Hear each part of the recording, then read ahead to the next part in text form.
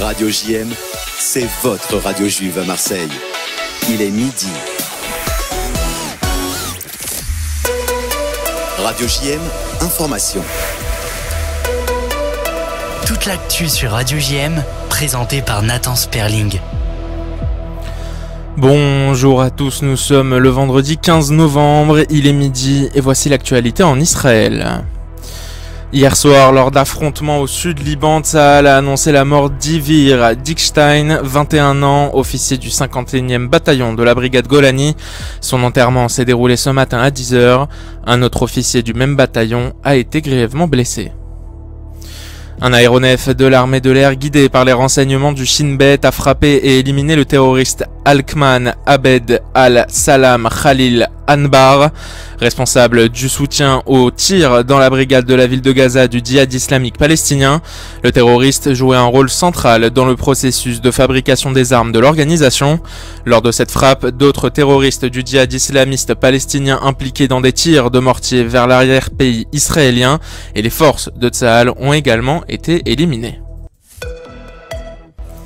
Au Liban, des avions de combat israéliens ont frappé dans la nuit de plusieurs bâtiments et centres de commandement appartenant à la force Radwan d'élite du Hezbollah dans la région de Nabatie.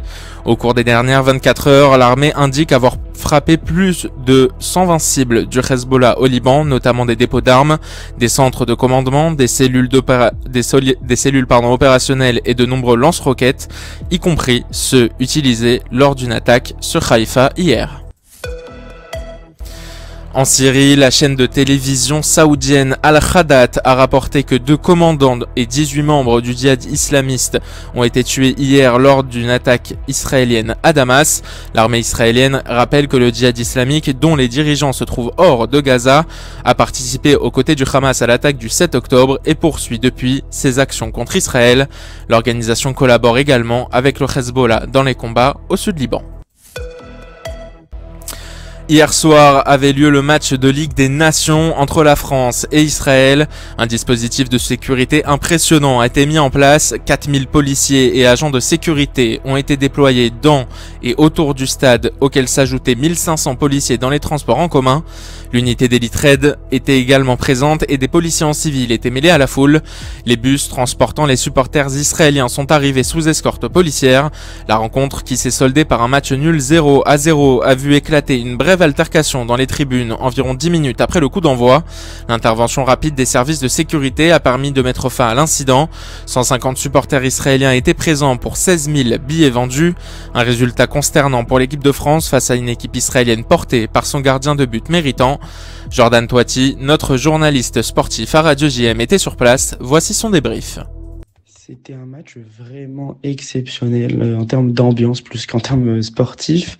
Un match 0-0. La défense d'Israël a été exceptionnelle grâce aussi à son gardien Daniel Peretz. Très bonne ambiance. On a pu chanter la Tikva et la Marseillaise. À part quelques perturbations, quelques petits débordements de la part de certaines personnes déployant des drapeaux palestiniens, crier des ouais Amsterdam.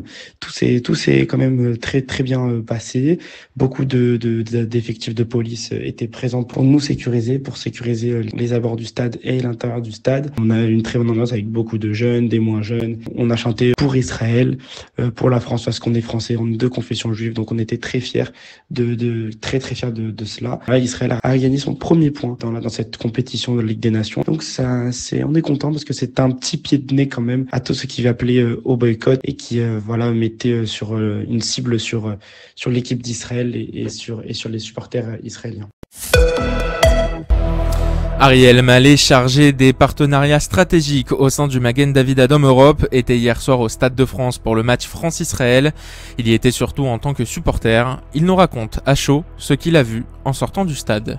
Je suis venu au match parce que je suis pas du tout fan de foot, mais je crois que c'était le moment pour toutes les personnes qui soutiennent l'État d'Israël, quelles que soient nos opinions sur le conflit israélo-palestinien, qu'on peut pas être un juif et avoir peur d'aller où que ce soit. Et c'est pour ça qu'on y a été, pour montrer que on se laisserait pas intimider, de voir les supporters israéliens entonner la Marseillaise et la Hatikva, remercier les forces de l'ordre qui étaient là pour défendre et protéger tous les supporters. C'est une fierté d'être français. Parce que contrairement à d'autres pays comme la Belgique ou comme aux Pays-Bas, les supporters israéliens ont pu venir supporter leur équipe en toute sécurité. Et le match, il a pu se passer dans le stade de l'équipe nationale. Voilà. Donc, grande fierté d'être français et israélien ce soir. Des menaces ont été diffusées sur la chaîne Telegram du Hamas qui appelle à viser les ambassades de, je cite, l'entité sioniste et des pays qui la soutiennent. Fin de citation. L'appel du Hamas est dirigé contre les ambassades de tous les pays soutenant Israël. Hier, le pape François a rencontré au Vatican des otages israéliens libérés et des familles d'otages toujours détenus par le Hamas.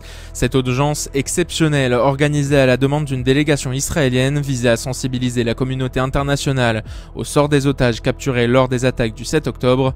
Le pape a exprimé sa solidarité et appelé à la libération immédiate des otages, tout en plaidant pour un dialogue de paix au Proche-Orient. Voilà pour l'actualité en Israël. Prochain rendez-vous avec l'information à 14h pour le journal de Steve Nadjar. Shabbat Shalom à tous et bonne écoute sur les ondes de Radio JM.